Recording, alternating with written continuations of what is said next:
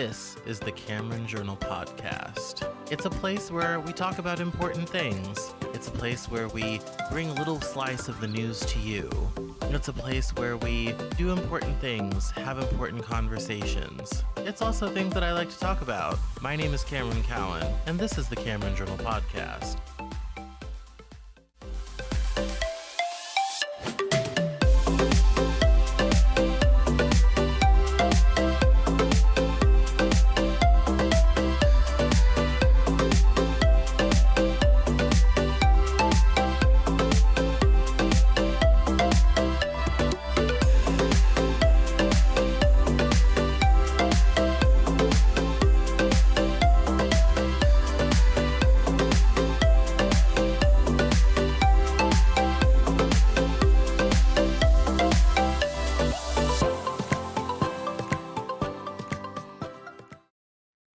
Today on the Cameron Journal Podcast, I am joined by Damon Lembi. I didn't have his press release up, so I didn't know his name there for a second, because I have it together. He's the author of a new book called The Learn It All Leader. He's the CEO of learnit.com, and it is a guide on how to become a great leader. We have done leadership stuff in the past. We have not done one in a while, so that's very fortuitous that he is here because we have not talked about business leadership in a hot minute. So we're going to welcome him to the podcast and find out how to become a good leader. So welcome to the Cameron Journal Podcast.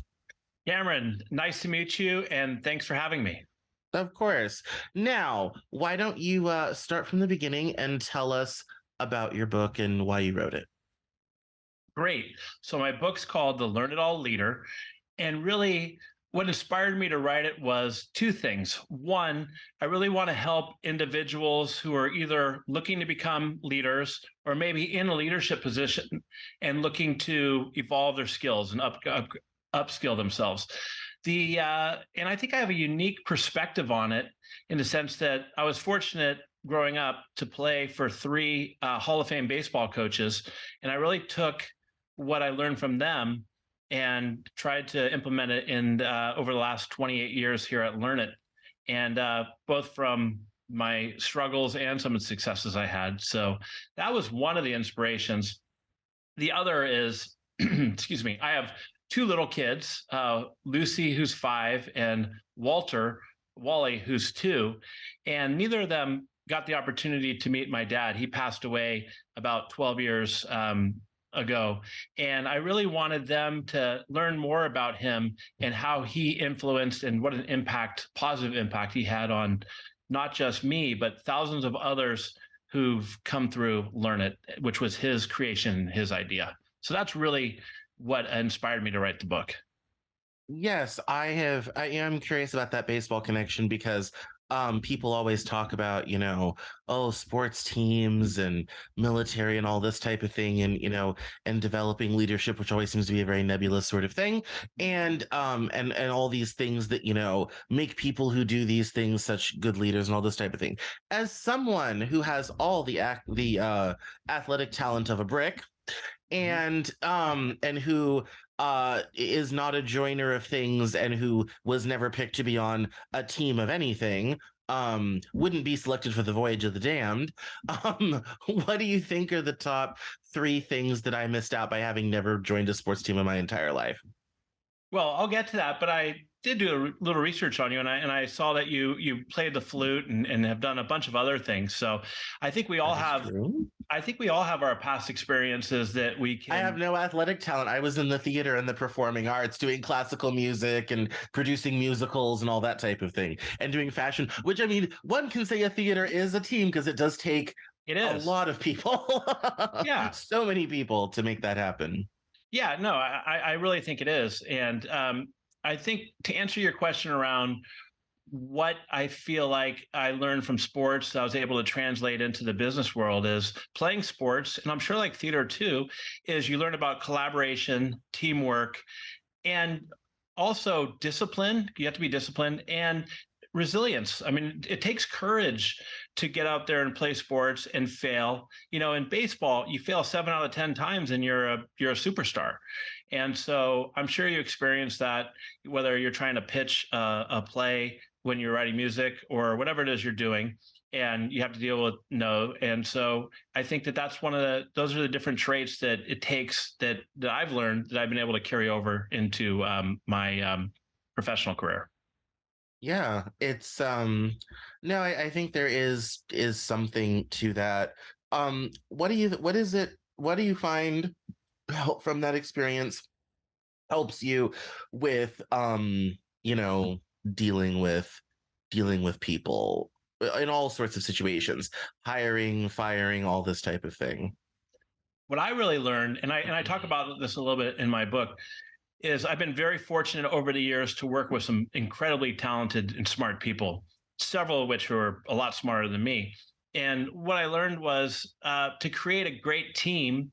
First, you got to go out and find the talent. You know, where do you find them? And then you next want to figure out what their strengths are, and then after you figure out their strengths, then kind of focus them in the direction of what they're both best at and passionate about. And I learned that from sports. A lot of times, there would be guys on my team, and maybe they came in, if you're a baseball fan, and they came in as a third baseman, but they ended up being better on the team as a catcher or even a pitcher. So I think it all starts with finding great talent and then cultivating that talent and helping them develop over the years. Yes. Yeah, that's we don't see a lot of long-term development in the business world anymore. That has really all kind of been shoved off to employees to do on their own, which I suppose is good news for your business. But Yeah. um, do you think businesses are missing out by not developing people over time and just kind of moving them out and bringing new faces in? Absolutely. I think that's a good point. I mean, if you look at, and I think the newer generations, the Gen Z and the millennials, they're actually demanding for their organizations to invest in them. And even Cameron, during tough times like right now, where there's a lot of uncertainty and there's layoffs, I think that it's critical for organizations to invest in their team, because you just because you have less people, you still have the same work that needs to be done. So you need to cross skill, reskill employees, and you got to keep them motivated. And if people feel like they're on a sinking ship and they're not being invested in, you're going to lose great talent. And think about the cost associated with losing somebody who's really productive and doing well at your job, because they left and they went to a different organization. So I think that it's pretty short sighted for organizations to not invest in their team. And I agree. And people, people say that, and yet we see it so little now. I mean, that's one of the top things people ask for besides more money is promotional and learning opportunities. And that just seems to be just so rare now. Why do you think that is? Well, I think that a lot of times organizations are tight with their budgets and concerned about um, keeping their cash flow and being able to make payrolls at all size of organizations. Mm. And you'd be surprised. And what you said is true. I think people, even these days, ask more for professional development sometimes than an increase in pay. A lot of the organizations come to us they say, "Hey, you know what? We just did a pulse survey on how our team's doing, and the number two thing they ask for are more personal development opportunities."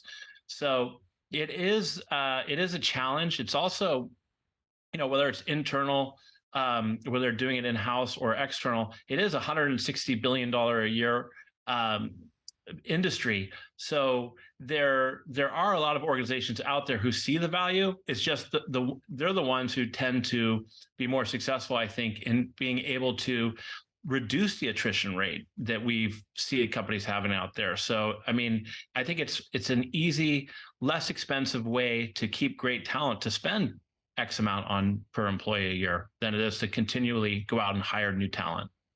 Yes. Well, I think now with the labor shortage, companies are they're starting to get forced into developing people and not just chucking them out the door as soon as they get too expensive or demand too much, or oh, let's cycle this whole department because the cost of labor has gone up too much. I think now with the labor shortage, that has a lot less appeal. I agree. I think that and also giving somebody, spending $1,500 a year or 1,200, whatever the average is, in motivating an employee and helping them build their professional skills, and is a lot less expensive than it is going out and finding somebody new or having to give them a 10% raise. So again, I think it's just short-sighted for organizations who don't put that at the forefront of their maybe their core values or what's best for their organization. Indeed. Well, on that cheery note, why don't you tell us a little bit about Learn It? What do you guys do? What's your raison d'être? Thank you. So Learn It, we're a corporate training company, and we help customers. Customers turn to us when they're, just like we were talking about, when they're struggling with attrition, and or if they're helping, they want to help, they need help in advanced technology. So for instance, if they're rolling out Office 365 or Google Suite and they want to make employees more efficient using technology, and we help them through, we have a broad catalog of soft skills and end user type training that we do both virtually and an on-demand library that and we help build them, let's say, training plans, and go from there, design personal learning that helps upskill their employees. Very nice. And you said you guys have been doing that for 28 years. 28 years. Yes. Where did your dad come up with this idea? Good question. So back in the 90s and the early 2000s, we were a large real estate company, and he was looking for a way to track his portfolio digitally. And so he went and he took a class somewhere at one of the larger computer training companies.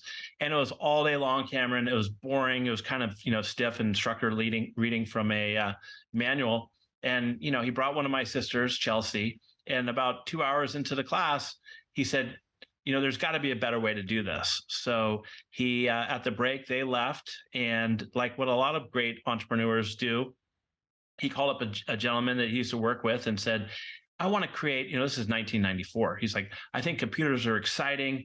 I'd like to have magicians teach the class, or comedians, and have an environment that is more engaging and make it inexpensive so anybody could come take classes. And that's really where the idea of Learn It was born. And I just happened to be, my baseball career was ending, and I was kind of like, well, I got to figure out something to do. And I was a little nervous going into the work world. So I started off there when we opened our doors in 95 as a receptionist. And I did that for a couple of years. And then I taught classes and did sales. And eventually, when the old CEO moved on about 5.5 years later, I threw my hat in the ring, and I've been running Learn It ever since. Very nice. Very nice. What is how's business? How's the environment right now? What are people asking for? I think what a lot of people are asking for, things have obviously shifted a lot since the pandemic. And you're welcome to, if you ever want to take a free class, let me know, or somebody in your audience, if they're interested, just hit me up, and I'll give you a free virtual class. I think what a lot of people are interested in these days are the skills that, well, I mean, if you look at the top skills of what's come out in the World Economic Forum, is skills that can't be replaced by AI, or not, at least in the near future. So they're looking at, how to become more adaptive or creative thinking, problem solving. Those are all really popular subjects and topics right now that people are looking in for. And you'll be surprised, people always are. Microsoft Excel. We run our Excel classes every week, and they sell out, just to how to build pivot tables. So it's kind of across the board, but those are typically the skills that most companies are coming to us and asking about. Interesting. Turning back to the leadership idea, what has been the hardest part about running Learn It? I think the hardest part about running, well, the best part, let's start off with the best. The best part about running Learn It, I think, is being able to work with such a great group of individuals over the years, and just getting to learn and grow, and that's been the best part. I think the hardest part of running Learn It is, we've had to been through three separate recessions, really, back starting with the .com all the way through the Great Recession and the beginning of the pandemic. And so the hardest part sometimes is to make difficult choices, whether that's staff reductions, pay reductions, whatever it is that you have to do to make it through. So that's probably the toughest. But overall, um, I've really enjoyed it, and I've really enjoyed all the individuals that don't just work at Learn It, but also the ones who are customers. Yeah, speaking of the of leadership in the pandemic, what was your biggest challenge with leading your team through the pandemic? Well, the biggest challenge of leading our team through the pandemic, fortunately for us, we were already we had a large office in San Francisco, but we already had the ability to work from home. I saw the value in that, and so it was first it was moving everybody remote and keeping everybody engaged at the same level. I think we do a good job getting together in person before, and having team building events and doing our own internal trainings. At first, everybody was scared, didn't know what was going on. It was really, really tough. And so it was, how are we going to keep everybody engaged and motivated during this transition? And on top of it, most of our clients who did in person training, it took them a while to understand that, hey, we're not going back into the office. And if you are going to continue to develop your team, you're going to have to find a way to run classes virtually for everything from how to have a difficult conversation or to give feedback. So it was one, figuring out how to keep our team engaged and lead them through really uncertain times, and two, with our customers, it was getting them not to ask for refunds or drop everything, and asking them to give us an opportunity to show that we can deliver high level quality training virtually. Yes, and that, I mean, I'm sure that that has been a whole new education for customers, especially in, Totally. and a lot of resistance, I would imagine, from people as well. Have you guys gone back into the office? Are you doing hybrid? What are you guys doing? We're doing hybrid, both for our customers and for ourselves. It's interesting, we were headquartered in San Francisco, which is, as I'm sure you're aware, a very expensive area to live in. And so I gave my team the opportunity, if they wanted to move, they could without right sizing their salaries or anything. And I would say a lot of our staff moved, and so they're now distributed throughout the United States and even in Canada and other places. And so that was a big change. And so now we've got a small little office in the Bay Area, and also a small one in San Diego.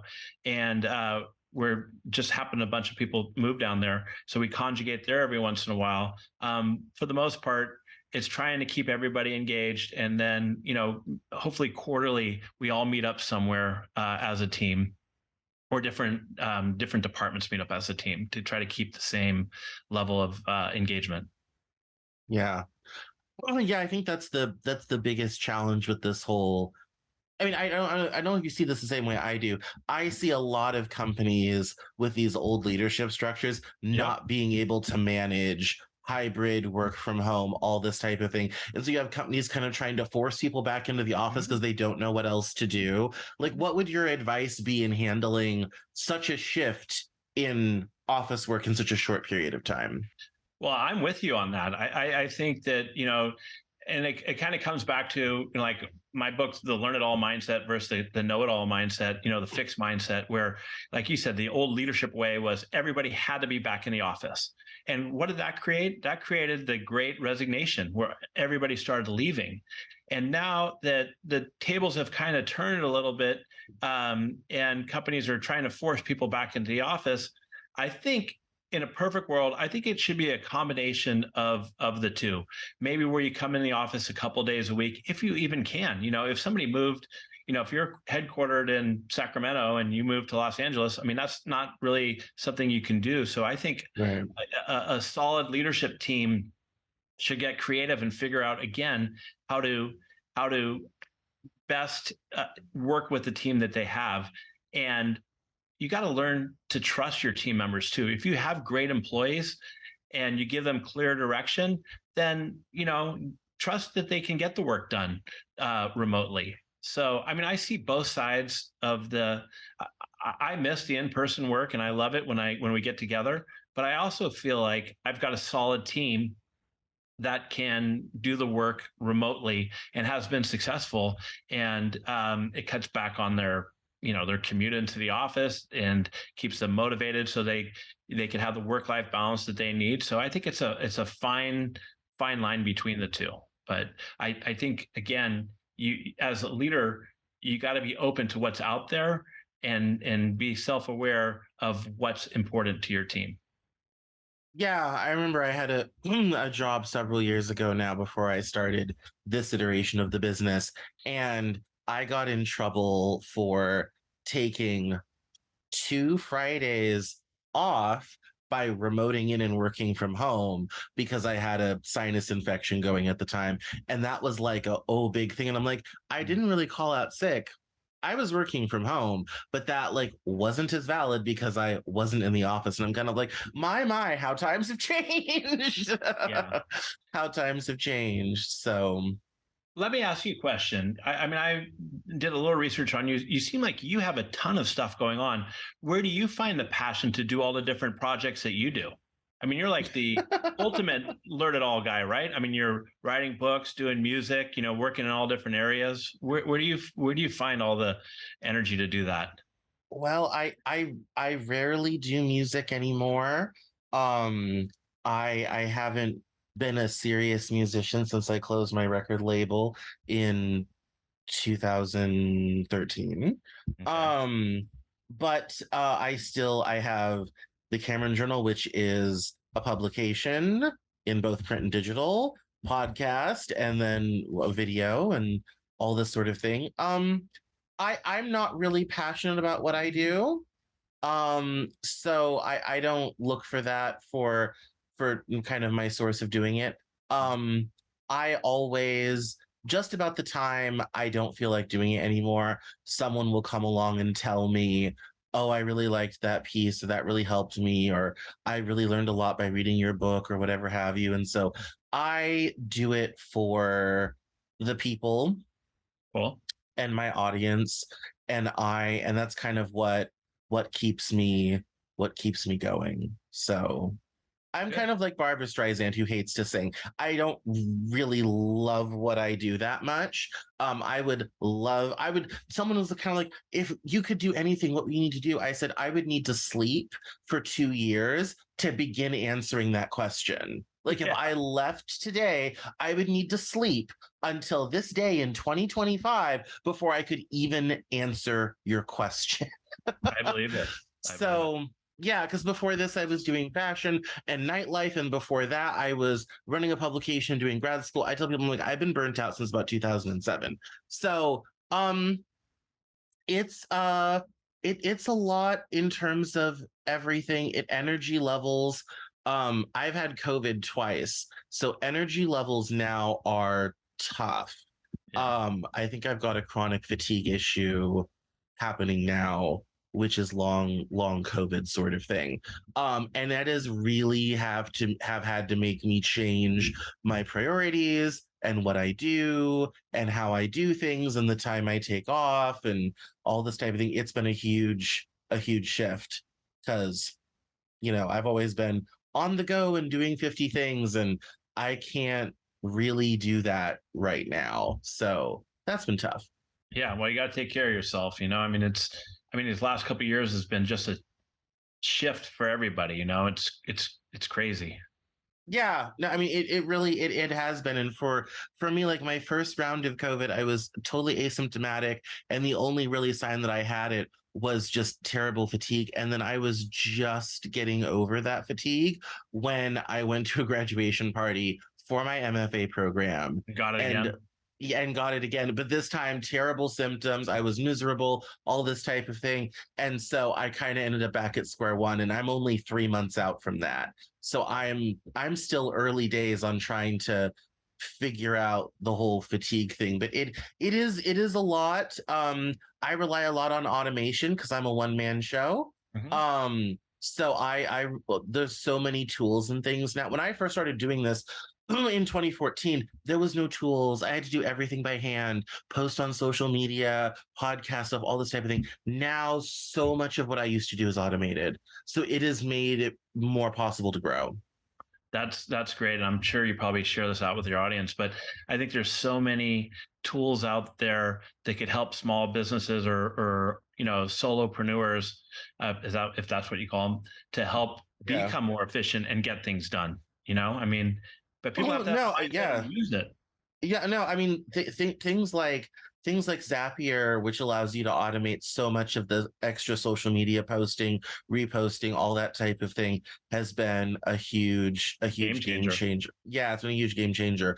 It's so different, and even because I stopped, I did the business for a while. Quit, closed everything, went back to work, paid off credit cards, recovered financially, all this type of thing. Ended up getting fired for a dumb reason.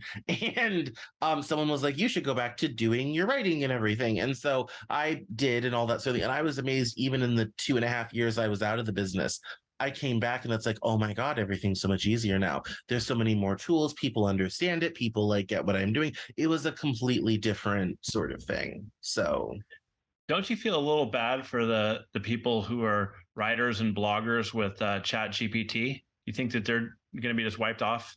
I mean, or they can become better. well, I think it depends on what you're doing. For example, like right now I'm developing three courses, one on civics, one on nonfiction writing, one on fiction writing. Um I'm sure Chat GPT could write a course on that, but it's not going to have the experience I have of Totally. here's all the things that I always wanted to know about writing, and I had to spend thousands of dollars to go to conferences and talk to people to figure this out. Here, conveniently packaged for you, um, sort of thing. I think if you need bland generic SEO content, yes, an AI is going to be able to write that from now on. Newswire services have been written by machine for 20 years at this point.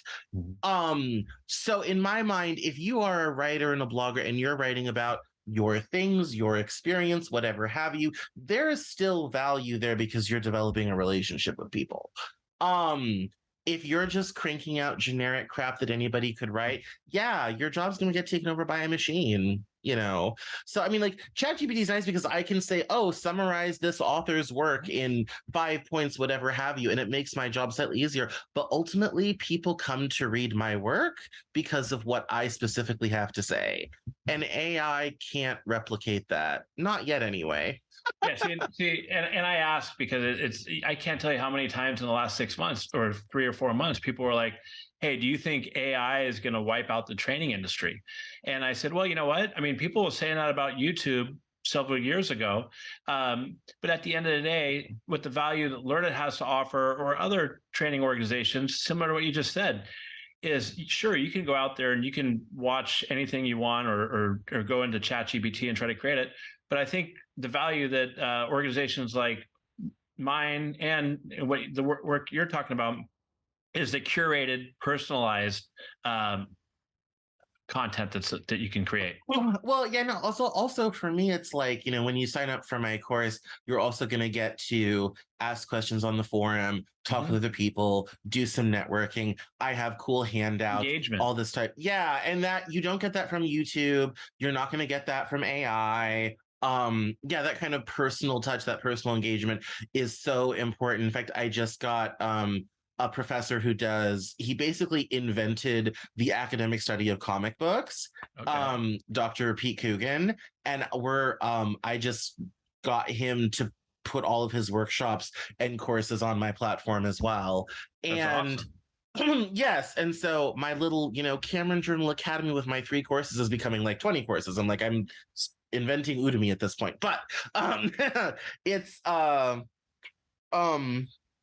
it's really cool because Now you can take, and this is like what Masterclass has done. You can kind of take this to people, charge them a flat fee. We're doing $90 a month, charge them a flat fee. They can access it, do it, have fun. So it's like, let's have some handouts, let's have some cool discussion, all this type of thing, have some engagement. And I think, especially in the digital environment, when you're providing that sort of thing, that's why Discord servers are so popular, because you're talking to other people, you're interacting, all this type of thing. And to me, that piece of it is what people are really paying the $90 for. Is it's access to me or Yeah. access to Dr. Coogan. Like that's what they're kind of really paying for. And I think that's, the human touch will beat machine every single time. Thank you.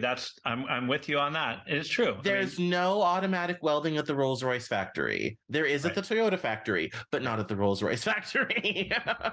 And I think, I obviously it's really important to audit and see what's going on with ChatGPT and all these AI tools. I mean, before it gets completely out of hand. But I also think that us, um, the workforce, we need to learn how to work alongside it and continue to pivot and use the skills and learn and develop the skills that can't be automated out through machines. Yeah, I mean that's that. I mean, it's something where it really, to me, it really depends on what product you are providing. For me, I am the product to some degree. So until they invent an AI clone of my mind, I'm safer. I think we're going to be safe for a while. Yes, then other people who are doing something, who are doing something more, and this is where on the journalism side, um I think we're in for tough times ahead, because it's going to be very easy for organizations to basically automate most of journalism away, in terms of you can have a Research. hand, well, research, not only that, but you can have a handful of people kind of just chucking in the raw data. A machine does the rest. It goes out. So what once was maybe 50 journalists can now be handled by 5 or 10. And I think that's what we're going to see in a lot of organizations is, will the humans go away entirely? No. But what you are going to have, and we did this with personal computers. The Xerox machine killed the typing pool. This is a very old ref. I got to update my references. The Xerox machine killed the typing pool. The personal computer killed hundreds of jobs, clerical jobs were decimated by the personal computer, because one person could do what used to be a room full of people. I think AI is going to follow a similar path, where you're going to have a small team of people who are able to have a huge impact.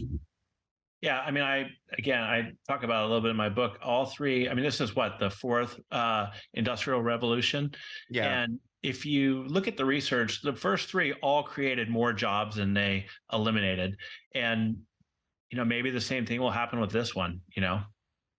Well, I mean, I think yes. I mean, I think where the jobs are going to be created are in places where machines can't easily reach yet. Mhm. Um, if anything, I think now's a great time to go into IT, because IT infrastructure is going to be it's gone from cool to have, nice to have, to essential, to now it's basically the backbone of the organization. It's Mhm. the people keeping the machines running, Yeah. really. And so it's like, to me, it's like, when we have not invented a machine that can wire a server rack yet. We have not, the AI has no help to you there. No one's going to be, when it comes to cybersecurity, AI could be incredibly helpful, but it's still going to take a human to go after threats, all this type of thing. And so I think now's a great time to go into stuff where the machines just simply haven't reached yet. Now, if you are in data entry, um if you're in, someone whose job is to kind of generate and compile reports and all that Repetitive. type of thing, repetitive, Right. yeah, if you're doing repetitive office work, your days are numbered. But then they should call Yeah, Learn It and learn something new from you. That's what they should do. I agree. Well, we'll help them. Yes. Yes, so that's definitely. Are you guys planning on launching a course about AI? That's the trendy thing to do now. Well, I talk to our subject matter experts about it, especially on the technology side, and they're developing courses like how to leverage AI using Excel, or how to leverage AI using Tableau, content like that. We haven't gone too far with it yet, but we just want to stay abreast of it, because you can't ignore it. So you got to figure out, and you want to get in front of your customers and be able to help support them in whatever direction things are going. So at some point, I think we will have content on those types of subjects. Yeah, I mean, I think it is, it is the new thing, and now that it's getting democratized and it's, kind of available for everybody to use, now it's something that is going to be part of our everyday lives, I think, Mhm. Like the moving. internet. Yeah, very much so. Very, very much so. It does have a very strong 1994 moment to it, the whole thing, kind of. It's like Yeah. yeah, it's like, oh yeah, you can go, do Chat GPT. It's kind of like, yeah, somebody also sent my parents an AOL CD in the mail. Like, Hey, Cameron, I remember back in the day, and this is probably early 1996, we had a class called Necessary Net. And back then, our marketing was flyers. We'd hand out flyers on the street, come take the Necessary Net class. It's over lunchtime. And for $20, you get a specialty sandwich and a AOL CD. And, people would come and it'd literally be their first experience with the internet, make that sound where it dials it up and everything. And it oh was, yeah, just yep, remember, it was crazy. People watching it we had like a, I don't know, a video screen, and it was yeah. it's crazy. No, I mean it is it's like, people, especially, younger people now, it'd be kind of like, yeah, it's like, oh yeah, it's like, we had to, if I wanted to find out what a word meant, I had to go to a book called a dictionary and flip through to wherever it was and then like read it out of a book, Encyclopedia, Britannica Encyclopedia. Yes, which I read in its entirety when I was in grade school. Which who would do that now? Nobody. No one was doing it back then, honestly. Yeah, all sorts of phone books, all sorts of these arcane things that just make no sense that used to be incredibly commonplace. Like, Some of them, I can't think of anything off the top of my head. Some of them coming back, you know. Some of them yeah, are coming back in the little niche markets on things, for certain people. But yeah, no, yeah. I I mean, hell, think we the used same. to we used to promote how even, and this is 2010, 11, 12, 13, we still promoted parties and nightlife by flyers on cars. I had a Yeah, team of probably 15, 20 kids go out flyering cars to get free passes into parties and clubs and all this type of thing. We were still doing it the old fashioned way. yeah, Yeah, so it was really weird to work in that liminal space where like social media was important, but flyering kind of still mattered, and you kind of had to like do both to, get people to show up and all this totally. type of thing. Yeah, and I think we're in that weird space. We're kind of all I think we're going to be getting into that weird space where AI is going to become such a part of our lives and all this type of thing, um and it's going to take a while to figure out what that looks like. So, especially with Web3 coming in and Yep. a lot of interesting things. What is your advice to leaders in this AI transition? Because a lot of companies will do a lot of dumb stuff, trying to jam AI into everything to be cool and end up screwing it up. So, what do you think? How do you think organizations should manage this liminal time? Well, my first recommendation is don't ignore it. Don't ignore it. I think that, and then I would recommend, if you have the bandwidth, have a couple people from your team explore areas where they can implement in small doses, not try to go for everything all at once, but like we talked about a moment ago, find some repetitive tasks that maybe they can be automated, and start with that. Start with maybe something little. Maybe it's even following up on outstanding invoices. If you haven't automated that, and you'd be shocked at how many people still haven't, right? So find repetitive tasks that you can sample and go for. I wouldn't go with any game changing. I wouldn't replace your sales team with AI or any of that, anything nuts like that, Right. or your instructional design team. I would find little pockets of where you can make your team more efficient. And if you take somebody on your team and 25-30% of their job is automated out, then find something, that basically gives them time, or that department time, to focus on more more impactful things that humans can do, and so that's my recommendation for leaders. Don't ignore it, and don't go too far overboard. Take it, step by step, and get small wins. Yeah. I mean, I think one of the things where I think AI is doing really good work is in like customer support, like help Totally. desk stuff, all this type of thing. That AI does really well, actually. And people probably don't know, but like Amazon, you talk to an AI before you talk to a person. And sometimes the AI will do solve your problem for you. Yeah, Like, oh, I you was didn't get having your dinner. Yeah, I was having dinner with a friend the other night who's in the solar energy business, and mm, she is working now at an AI company, and she said it's incredible the level one, level two customer support questions that it answers. I mean, and it answers with, efficiently, obviously, but also correctly. So there are areas like that. I mean, it's pretty amazing. And like you said, I didn't mean to cut you off, but yeah, yeah, when you're yeah. talking to people at Amazon, but you're really just talking to chatbot.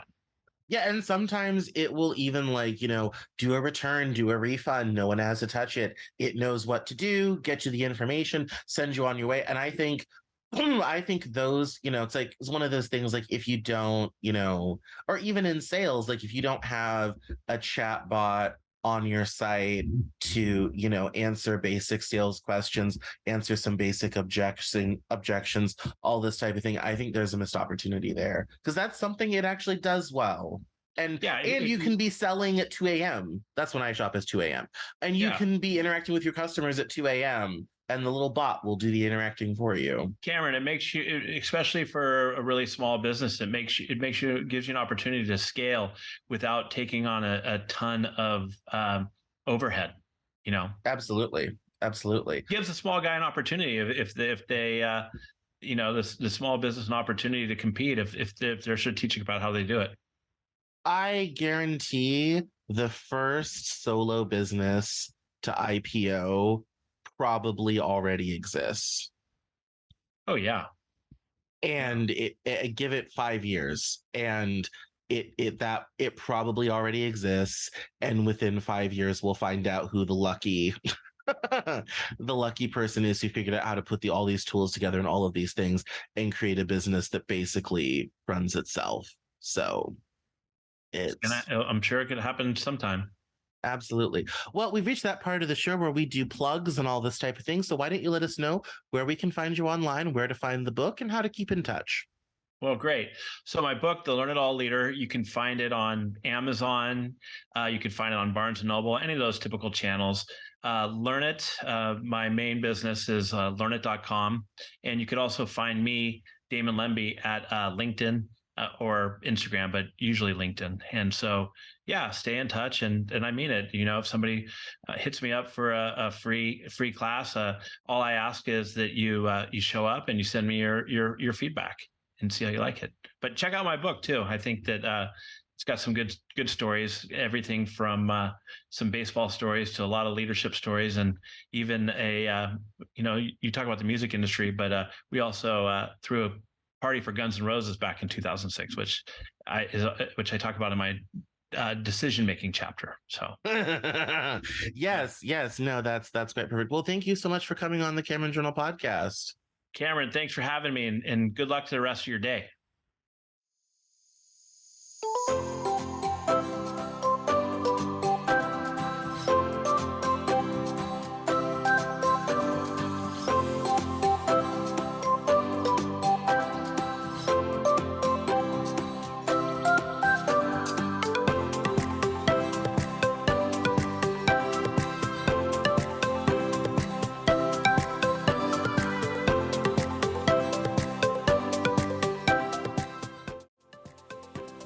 That's all for this episode of the Cameron Journal podcast.